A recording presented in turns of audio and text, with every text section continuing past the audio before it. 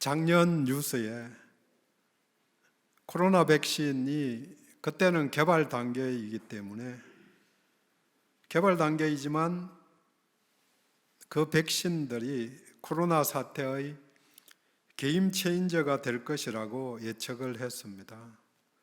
하지만 나와서 많은 사람들이 맞았지만 그렇게 되지 못했습니다. 물론 백신 덕분에 확산이 제어되는 효과는 있음을 봅니다. 올해는 먹는 치료제가 게임 체인저가 될 것이라는 뉴스들이 나왔지만 아직 마무리되지 않은 것 같습니다. 질병이 온전히 제어되려면 백신과 치료제가 동시에 주어지는 것입니다. 그러면 죽는 사람들이 생기지 않고 또 후유증이 없어질 수 있기 때문에 얼마 안 가서 코로나도 독감과 같이 취급될 것입니다. 그날이 속히 오기를 기대합니다. 게임 체인저라는 말은 어떤 일에서 결과나 흐름의 판도를 뒤바꿔 놓을 만한 중요한 역할을 하는 사람, 사건 또는 사물을 말합니다. 쉽게 말해서 기존에 주어진 판도를 바꾸는 일과 관련된 것입니다. 게임 체인저의 다른 표현이 역전 또는 변곡점을 일으키게 하는 요인이나 발상들입니다. 인생은 한방이라는 말도 있지만 욱하고 바람이 불 때 날아가는 것은 한 번에 되지만 대부분, 아니 거의 모든 경우에 변화가 일어나는 것은 작은 노력들이 쌓여서 임계점에 이르게 될 때입니다. 마치 99도가 될 때까지는 아무리 불을 떼도 에너지를 넣어도 물이 끓지 않지만 100도가 되면 물이 끓는 것과 같습니다. 마지막 1도 차이가 액체와 기체의 차이입니다. 남녀노소를 불문하고 누구든지 또 어떤 회사나 단체이든 어떤 모임이든 변화의 시기가 있고 그때에 게임 체인저가 필요합니다. 정체되어 있거나 사회적으로 긍정적인 이미지를 갖지 못한 채 현재의 한국 교회들도 변화를 위한 게임 체인저가 필요합니다. 오늘은 히브리서를 나눕니다. 히브리서는 기독교로 개종한 유대인들, 즉 유대계 기독교인들이 동족인 유대인들의 박해에 못 이겨서 옛날로 되돌아가려는 상황에 그리스도의 우월성을 변증하며 믿음에 붙어 있으라고 권면하는 편지입니다. 그래서 전체적인 주제가 탁월하신 그리스도입니다. 전체 13장인데 세 부분으로 나누어서 흐름을 이야기합니다.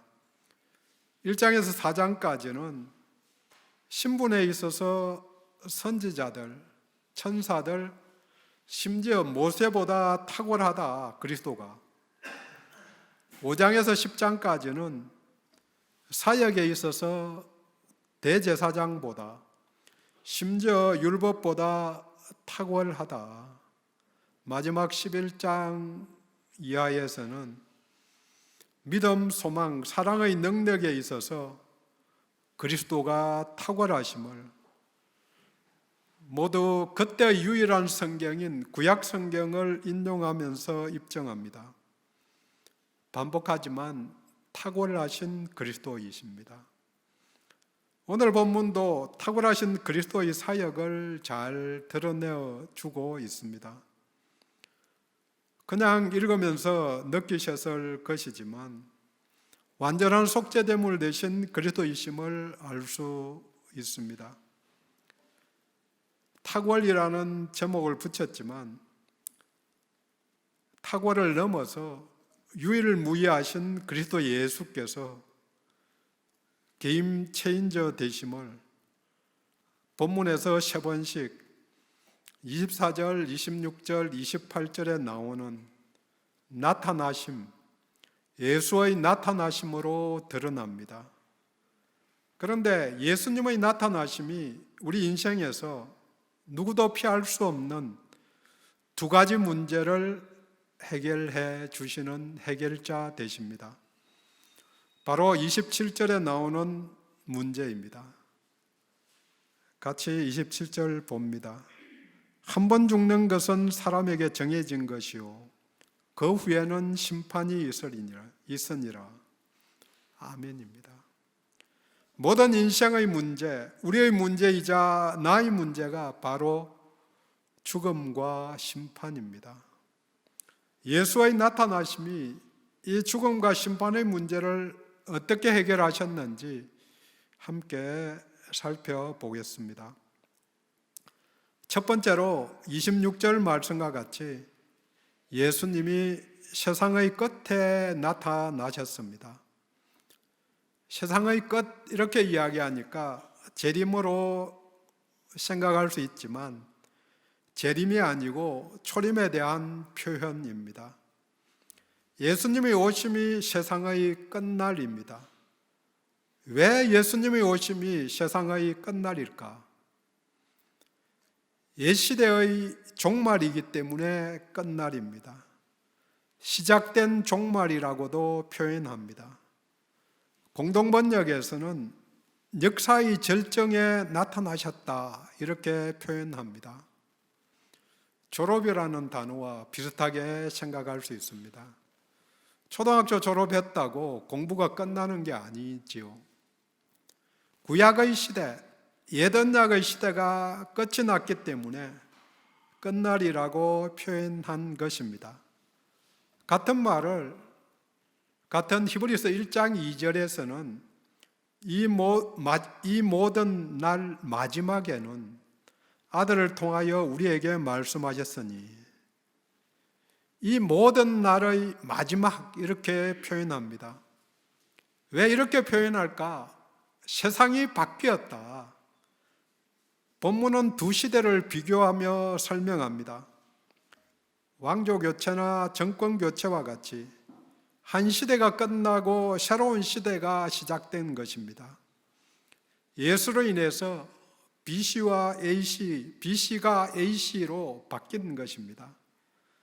이것은 내던약 하에서 신명기와 레위기 율법에 따라서 25절과 같이 대제사장이 해마다 다른 것의 피로서 성소에 들어갔는데 해마다 피로서 결국 자주 드렸는데 예수가 자기를 단번에 제물로 드림으로써 옛 언약이 완성되고 새 언약이 드러난 것입니다. 새 시대가 시작되었습니다. 26절 가운데는 이제 자기를 단번에 드려, 이 일은 또 28절 앞부분에 많은 사람의 죄를 담당하시려고 단번에 드린 바 되셨고, 단번에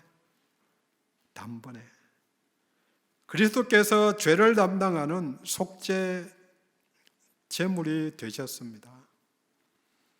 옛 언약에서는 흠이 없는 동물의 피로 해마다 때마다 드렸는데 더 귀한 하나님 아들의 생명으로 단번에 한 번에 완성하신 것입니다.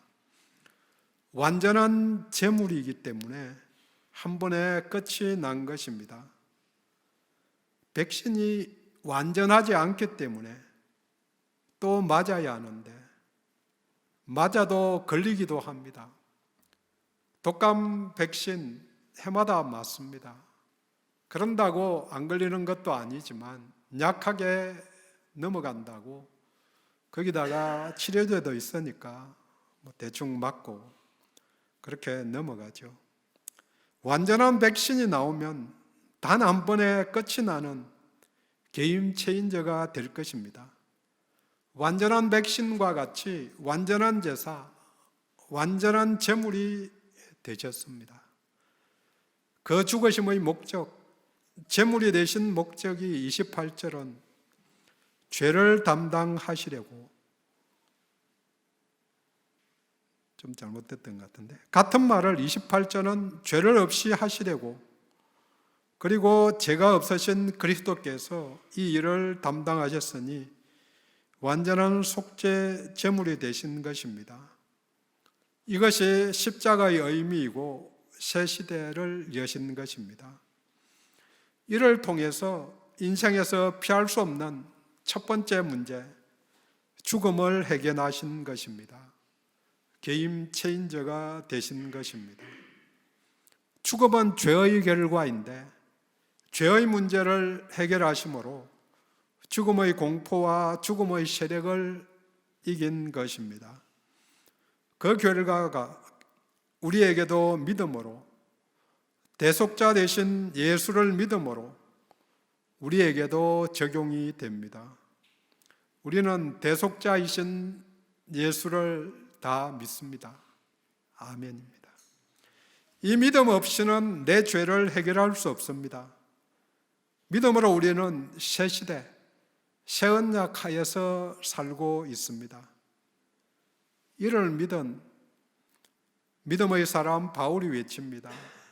고린도전서 15장 55절 이하에 사망아 너의 승리가 어디에 있느냐? 사망아 너희가 쏘는 것이 어디 있느냐? 사망이 쏘는 것은 죄요 죄의 권능은 율법이라.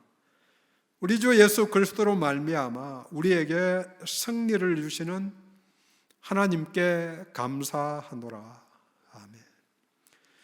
그리스도께서 세상 끝에 나타나심으로 십자가의 죽으심으로 단번에 죄의 문제를 해결하신 대속 제물, 즉 대속자가 되셨습니다. 이 사실과 그 일을 하신 예수를 믿음으로 반복하지만 나에게 또 우리들에게 적용이 됩니다. 우리에게는 대속자가 있습니다. 이미 과거입니다. 하지만 그 적용은 믿을 때에 현재로 드러나게 됩니다.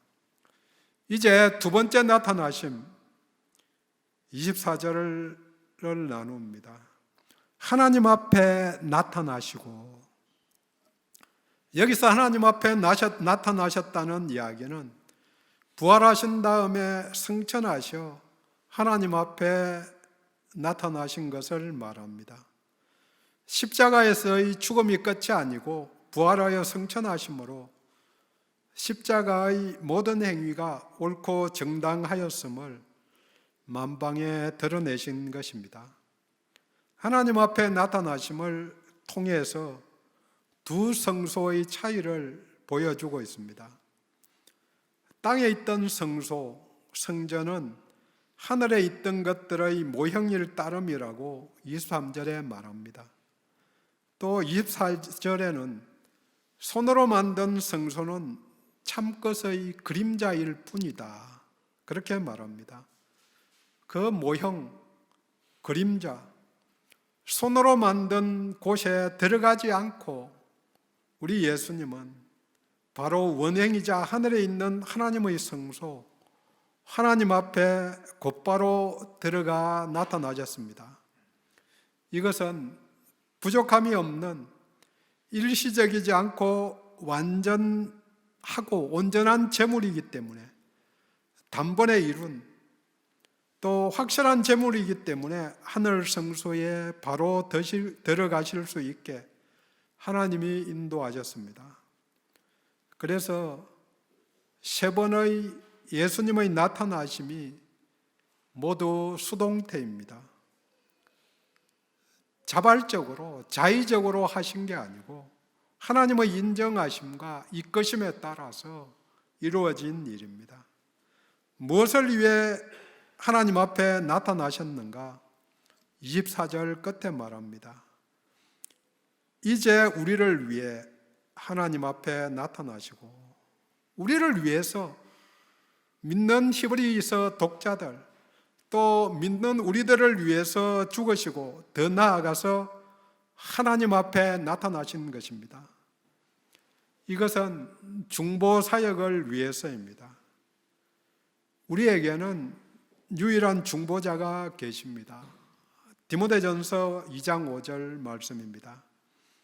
하나님은 한 분이시요 또 하나님과 사람 사이에 중보자도 한 분이시니 곧 사람이신 그리스도 예수라.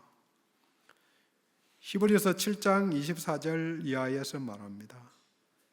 예수는 영원히 계시므로 그 제사장 직분도 갈리지 아니하느니라.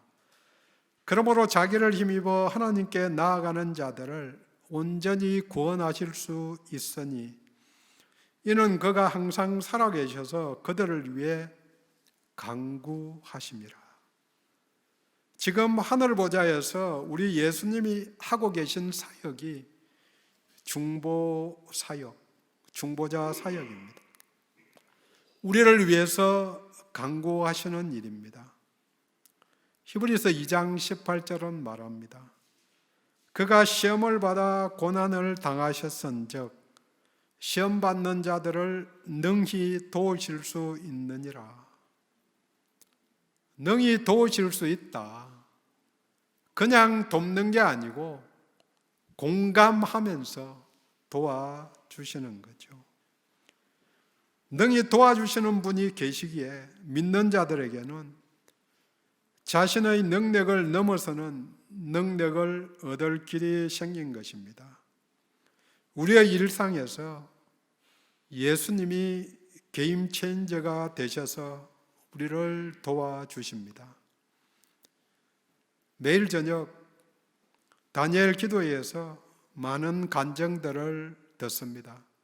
이번에는 주로 간증 중심으로 가는 것 같은, 아직 6일밖에 안 지났지만 그런 느낌을 갖습니다.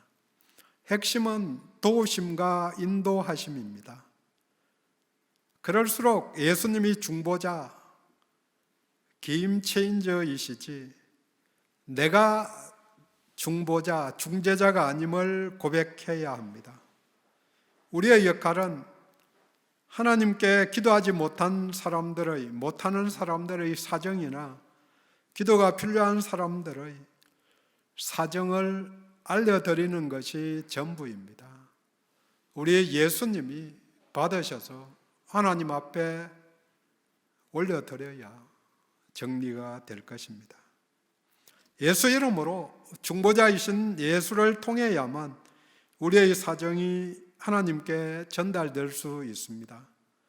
예수님의 이 사역으로 말미암아 오늘도 우리가 능력을 얻고 이 땅에서 사랑하는 삶을 살아낼 수 있습니다.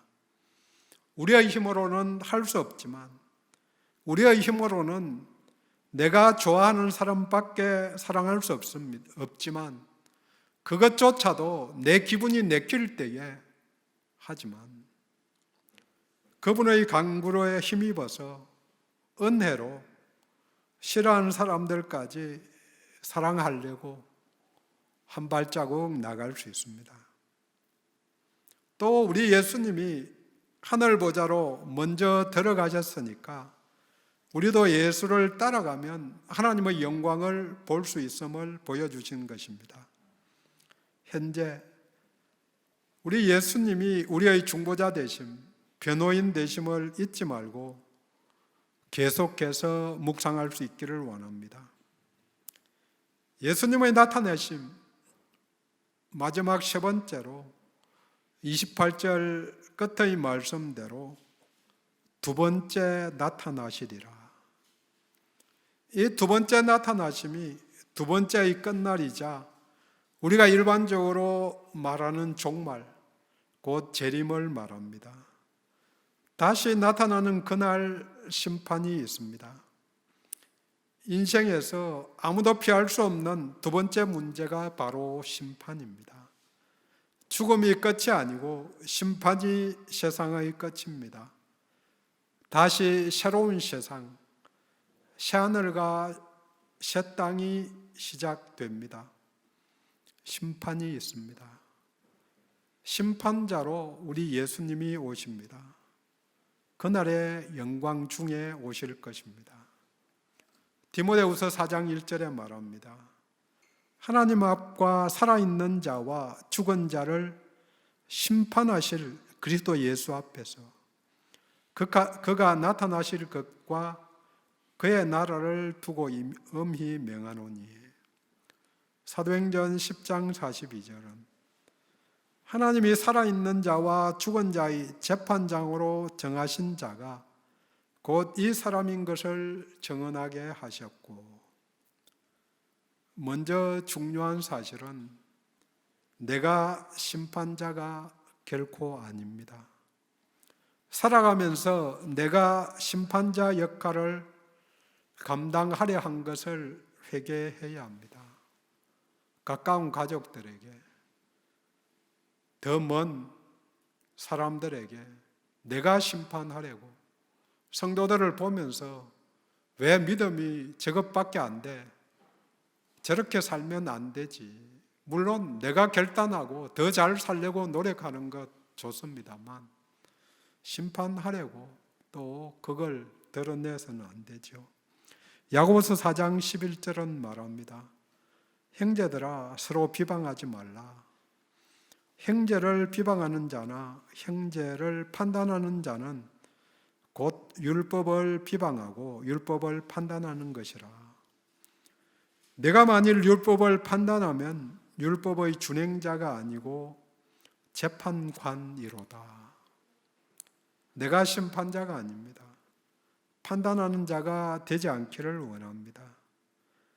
내가 아는 옳음만을 생각하는 것을 회개해야 합니다. 물론 진리 안에서 진리가 있음을 압니다. 그걸 강조하고 또 알려줘야 할 필요는 있습니다. 우리 예수님만이 심판자이십니다. 욥기에서 욥이 심판자 역할을 하던 친구들에게 한 표현이 쓸모없는 의원이다, 재난을 주는 위로자다, 그렇게 말합니다. 와서 옳은 이야기 열심히 하는데 그들을 향한 평가가 쓸데없는 의원, 재난을 주는 위로자. 우리가 하는 말이 심판자 역할을 하면서 그런 일들이 일어날 때가 많음을 봅니다. 충고 좋죠. 근데 어떤 경우에는 저도 많이 듣는 이야기입니다. 충고 들을 상황이 아닌데 남은 스트레스 받아서 넘어지려고 하는데 그러면 안 되지. 그 말 듣고 진짜 넘어가는 것 같습니다. 아무튼 심판자로 다시 오실 예수님을 생각하면 우리는 근신할 수밖에 없습니다. 시험을 앞에 두면 긴장하고 집중하게 되는데 우리와 무관하게 생각하기 때문에 우리는 긴장하지 않고 대비하지 않는 것 아닌지 돌아보아야 합니다.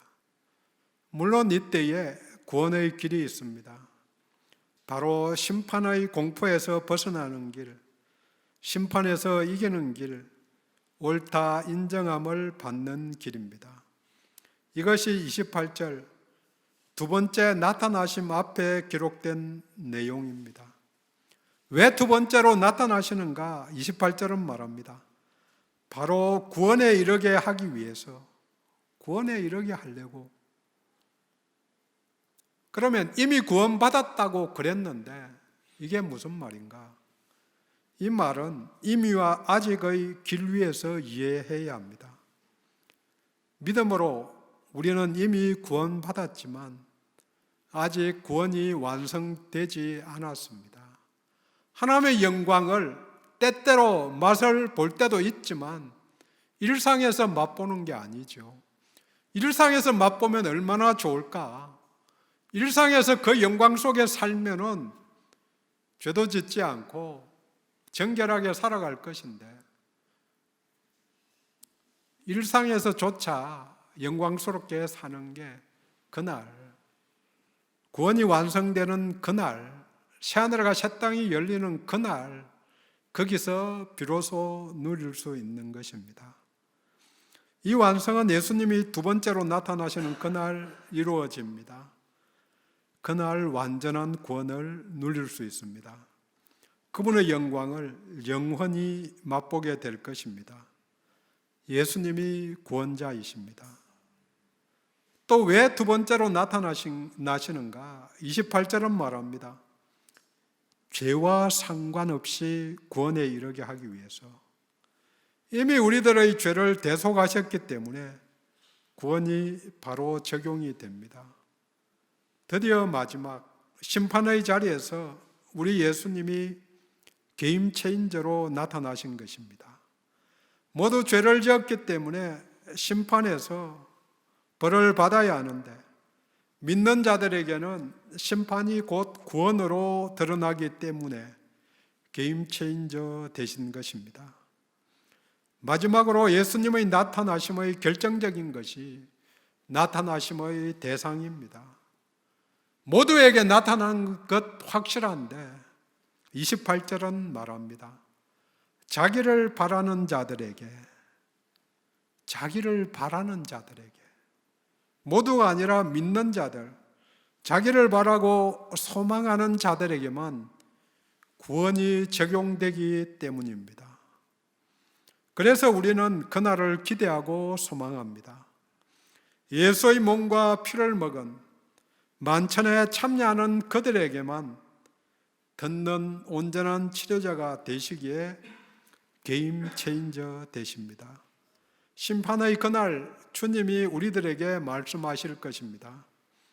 마태복음 25장 21절, 23절에 나온 똑같이 반복한 내용. 착하고 충성된 종아, 네가 적은 일에 충성하였음에 내가 많은 것을 네게 맡기리니 내 주인의 즐거움에 참여할지어다. 이 말을 모두 듣게 될 것입니다. 대단한 일을 한 것이 아니라 적은 일, 지극히 적은 일에 충성한 자입니다.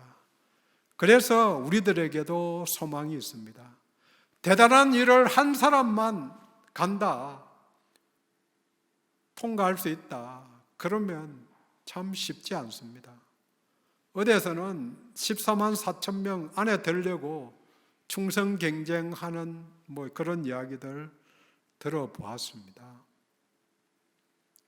지극히 적은 일 붙어 있기만 하면. 그래서 나에게도 우리들에게도 소망이 있습니다. 정리합니다. 세 번의 나타나심이 예수님의 세 가지 사역을 나타내고 세 영역에서 게임 체인저로 드러나셨으며, 이 예수를 믿고 의지하고 소망하면 우리의 모든 문제가 해결됩니다. 예수님의 세 번 나타나심이 있습니다. 먼저 세상 끝에 이미 이 땅에 나타나심으로 자신을 대속자로, 두 번째 하나님 앞에 나타나심으로 중보자 되심을 이미 드러내셨습니다. 마지막으로 두 번째 나타나심으로 심판자 되심을 드러내실 것입니다. 동시에 심판자가 믿는 우리들에게는 구원자이심을 보게 될 것입니다. 이로써 예수는 우리에게 숙명으로 주어진 죽음과 심판을 이기게 하신 완전한 백신, 완전한 치료자가 되셔서 게임 체인저가 되십니다. 그리스도가 대속자이심을 믿습니까? 죄를 고백할 수 있기를 원합니다. 중보자 되신 그리스도께 의지하고 기도하고 사랑을 행하십니까? 중보자께 맡겨야 합니다. 마지막 날의 심판에서 승리할 소망을 가지고 있는지요? 아멘입니다. 기도합니다.